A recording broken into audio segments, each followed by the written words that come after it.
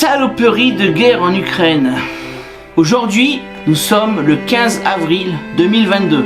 Cela fait donc 7 semaines que la guerre a débuté. Vladimir Poutine imaginait certainement une guerre éclair, un blitzkrieg, une de ces grandes offensives aéroterrestres dont l'armée rouge avait le secret, qui lui a permis de vaincre la Wehrmacht à partir de 1943. Mais l'armée russe n'est plus la Wehrmacht.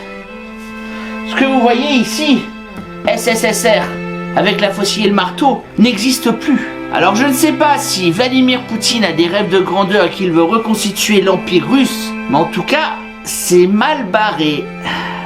Il semblerait bien, au vu de ce qui se passe actuellement, que Vladimir Poutine va apparaître dans l'histoire de façon assez péjorative. On dit souvent que l'histoire ne se répète pas, elle bégaye. Et effectivement, on se dit que Poutine fait la même erreur que Oncle Joe, j'ai nommé Joseph Staline, en 1939, lorsqu'il a voulu attaquer la Finlande, et que l'armée rouge s'est ramassée de superbe façon, grâce à l'esprit de résistance de l'armée et de la population finlandaise.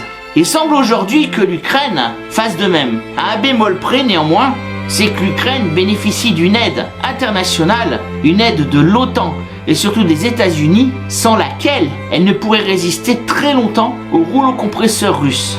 J'ai déjà fait 2 épisodes sur la guerre en Ukraine. Au vu de cette chaîne qui s'intéresse à l'histoire militaire, je pense qu'il est de mon devoir de relater les faits et de tenter de vous les expliquer. Alors comme je sais que vous allez être intéressés, c'est après cela.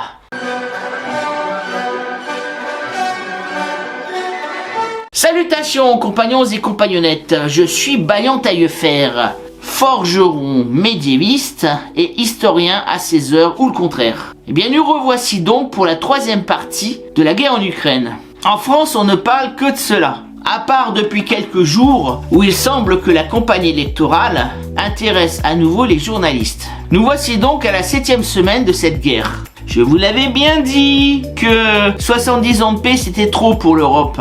Alors pour l'instant, le conflit reste confiné en Ukraine. Mais il faut bien comprendre que cette guerre se déroule en réalité entre l'OTAN et surtout les États-Unis, l'Empire, la thalassocratie états-unienne et la Russie. Et par extension plus lointaine, la Chine. Il faut bien comprendre qu'ici, 2 visions du monde se percutent. L'une, celle des Américains, qui comme on le sait depuis 1991, sont les gendarmes du monde, sont la puissance incontestée et incontestable financière, économique, militaire et politique. Pour celui qui veut bien réfléchir une minute, l'OTAN apparaît comme le bras armé des Américains. Et l'Union européenne est-elle vraiment aussi libre ? Alors pour commencer, l'Ukraine a adopté la tactique qui prévalait, c'est-à-dire la réponse du faible au fort. L'armée ukrainienne compte 200 000 hommes de l'armée régulière ainsi que 37 000 hommes de la garde nationale, de valeur militaire un peu moindre. Mais il faut savoir que l'appel à l'aide du président Zelensky a très bien fonctionné.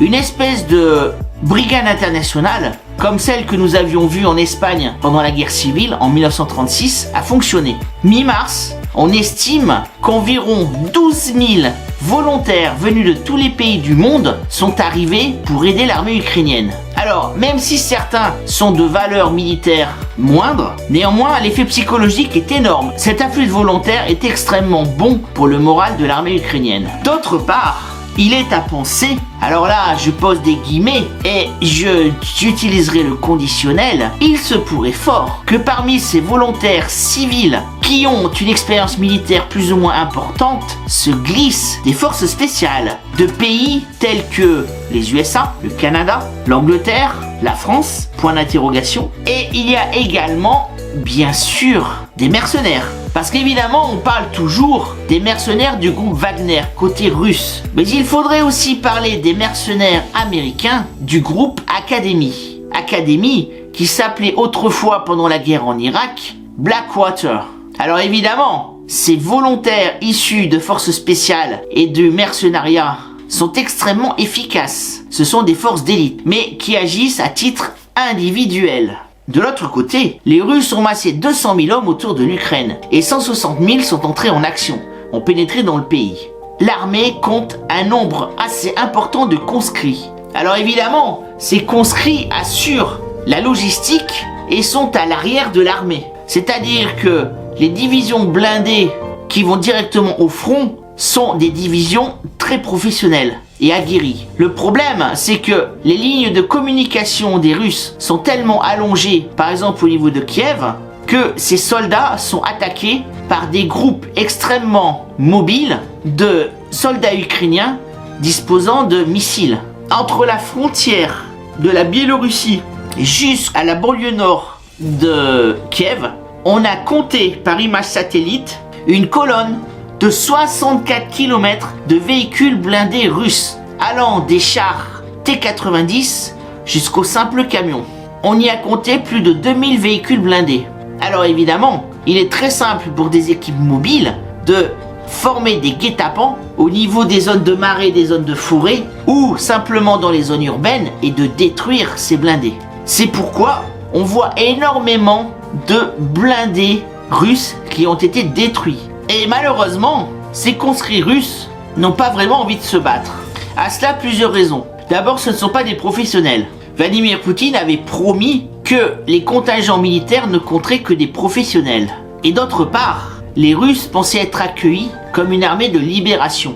Le choc a été énorme. Toute l'armée russe pensait être accueillie en héros. Ce fut le cas pour les deux républiques indépendantistes et séparatistes de Louhansk et de Donetsk. Mais pas pour le reste du Donbass, qui est pourtant à majorité russophone. Vladimir Poutine, l'armée russe vient libérer le peuple ukrainien des équipes politiques corrompues du président Zelensky ainsi que des nazis qui peupleraient donc toutes les instances politiques ukrainiennes. Alors ici, petit bémol. Effectivement, des nazis en Ukraine, il y en a. Ceux qui vous disent le contraire sont des menteurs. Néanmoins, ils ne forment pas la majorité de la population, Dieu merci. Je ferai une vidéo dans quelques temps où je vous prouverai qu'il existe effectivement des unités militaires et des instances politiques qui sont extrêmement liées au Troisième Reich. Il est extrêmement amusant de constater qu'en France, nos hommes politiques et nos journalistes voient des nazis partout, mais qu'en Ukraine, il n'y en a aucun. Il faudrait peut-être songer à changer de lunettes. À présent, il serait intéressant de voir le matériel dont disposent les Russes. Eh bien non, vous ne rêvez pas. Voici le T-90 russe. T-90, c'est le T-72 avec l'électronique du T-80. La Fédération de Russie a commencé à s'en équiper à partir de 1994. Il est équipé d'un canon principal de 125 mm et d'une mitrailleuse de 12,7 mm qui est opérée par le chef de char à l'intérieur de la tourelle. Comme c'est un blindé relativement ancien, il a quasiment une trentaine d'années, on lui a rajouté ce qu'on appelle des ERA, c'est-à-dire Explosive Reactive Armor. C'est ce que vous voyez par exemple ici. Voilà. Ça, ce sont les explosifs réactifs de type Contact 5. Et ce sont les petites tuiles que vous voyez également au-dessus de la tourelle. Je le rappelle, la tourelle est l'élément le plus fragile du char d'assaut. Alors évidemment, ce char a un équipage de 3 hommes. Le chauffeur, le pilote, qui se situe ici. Et dans la tourelle, le chef de char et l'opérateur canon. Alors évidemment, il y a de l'électronique et de la vision. Caméra thermique, vision infrarouge, intensificateur de lumière, périscope, tout ce qu'il faut pour voir dans la nuit et des calculateurs balistiques. Ici, vous voyez également des pots fumigènes pour créer un brouillard artificiel. Derrière, à l'arrière, le moteur qui est aussi un endroit extrêmement fragile et sensible avec 2 barils de carburant de 200 litres chacun qui peuvent lui permettre de faire passer son autonomie de 500 à 700 km. Ce char pèse un poids de 47 tonnes, ce qui est relativement léger pour un char d'assaut. Il a une hauteur de seulement 2,22 m, ce qui est relativement bas. Cela est dû à la tourelle qui est, comme vous le voyez, relativement plate. Il a une longueur de 6,86 m et une largeur de 3,85 m. Et vous le voyez accompagné de ce que les Allemands auraient appelé des Panzergrenadieren, c'est-à-dire de l'infanterie mécanisée, qui suit les blindés et dont l'utilité est justement de débusquer les petits malins qui s'amuseraient à essayer de shooter le char avec par exemple des missiles anti-char Javelin.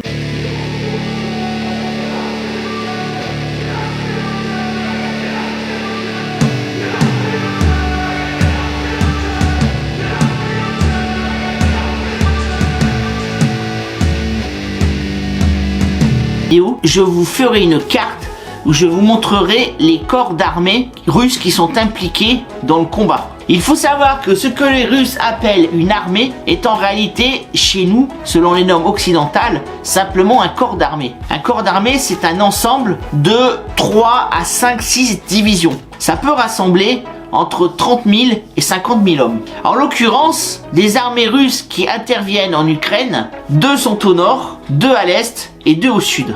Il y a une autre particularité de l'armée russe et qui causera de gros problèmes, c'est l'absence d'un encadrement de sous-officiers. Les sous-officiers qui forment le squelette des régiments français, allemands, américains et anglais sont quasiment inconnus en Russie.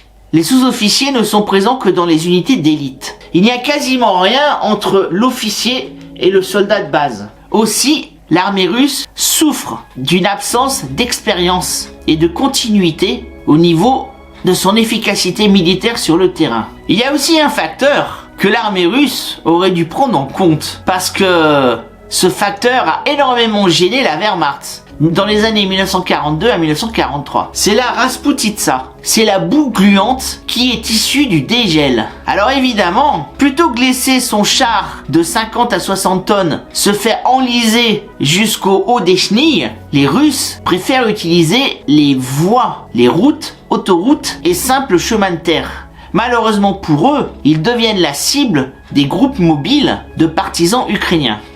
Il faut également noter, et là c'est assez extraordinaire, un gros problème au niveau des communications cryptées dans l'armée russe. Ceci a 2 conséquences. La première, c'est que les soldats russes sont obligés de communiquer avec leurs officiers par téléphone public, téléphone portable ou téléphone du réseau, sans aucun cryptage. Alors évidemment, la NSA et la CIA qui ont de très très grandes oreilles arrivent très facilement à lire les messages et à en envoyer les conclusions aux soldats ukrainiens sur le terrain. Ça permet donc de localiser les troupes russes et de former des guet-apens là où ça devient très intéressant. Le deuxième problème de cette absence de communication fiable, c'est que dans une guerre éclair, il faut absolument une implication totale et une communication efficace entre les groupes d'assaut aériens, avions de combat ou hélicoptères, et les groupes d'assaut sur le terrain, infanterie mécanisée et division blindée. Alors là, il n'en est rien. D'autre part, on remarque que l'armée russe a totalement négligé les leçons de la Blitzkrieg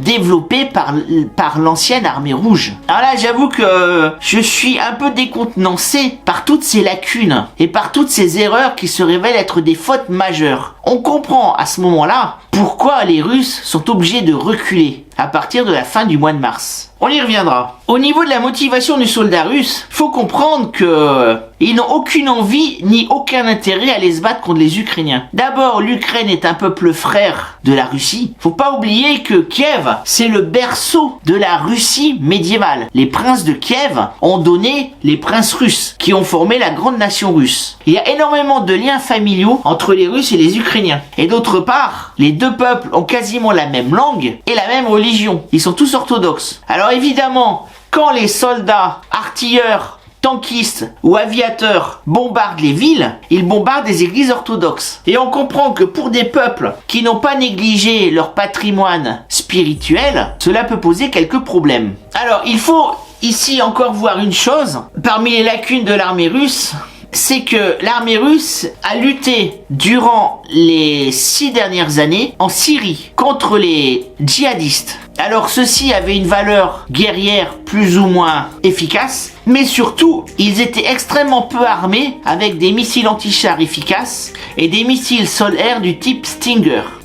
L'armée russe aurait dû se souvenir des déboires de la défunte armée rouge en Afghanistan. où les troupes ont perdu énormément d'hélicoptères de combat et d'avions à cause des Stingers des Moudjahidines qui avaient été livrés par les USA. Ici, on retrouve le même cas de figure à plus grande échelle. Au 1er mars 2022, l'état des pertes de l'armée russe, selon les conclusions du ministère de la Défense russe, sont les suivantes. L'armée russe aurait perdu 450 véhicules, dont 50 chars de combat lourds, 160 camions et véhicules divers, 25 engins du génie, 20 obusiers lourds sur chenilles, ainsi que 20 systèmes de défense antiaérienne, type lance-missiles Buk, et 6 hélicoptères de combat. Ça représente une moyenne de 65 véhicules par jour, ce qui est énorme.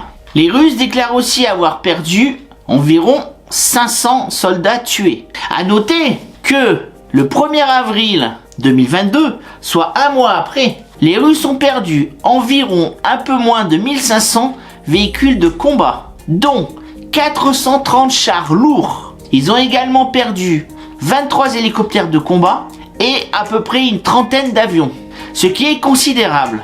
Le 1er avril, officiellement, les troupes russes ont perdu environ 5000 hommes tués au combat, en à peine 5 semaines de combat. On voit effectivement que l'affaire ukrainienne est un grave fiasco pour l'armée russe. Quand on pense à l'intoxication qui a été faite par les forces armées russes et par le gouvernement au niveau des exercices militaires sur le terrain et lors des défilés du 9 mai, la puissance de l'armée russe semblait inéluctable. Il n'en est rien. Cela nous rappelle une leçon extrêmement importante de stratégie militaire, c'est qu'il ne faut jamais se fier à la puissance que va déclarer son ennemi ou apparenté. Il est très mauvais de sous-estimer son ennemi, il est peut-être aussi mauvais de le surestimer. Là encore, je rejoins les leçons de Sun Tzu. Voilà en ce qui concerne les grandes leçons qui sont retirées du conflit ukrainien après 7 semaines de combat. Et bien voilà, j'espère que cette vidéo vous a plu. Comme vous le savez, vous pouvez liker, partager et vous abonner. Vous savez que j'ai besoin de vous pour faire avancer la chaîne. Je vous dis à la prochaine fois pour une vidéo sur la résistance française. Comme vous le savez, l'histoire, c'est toi qui l'as fait.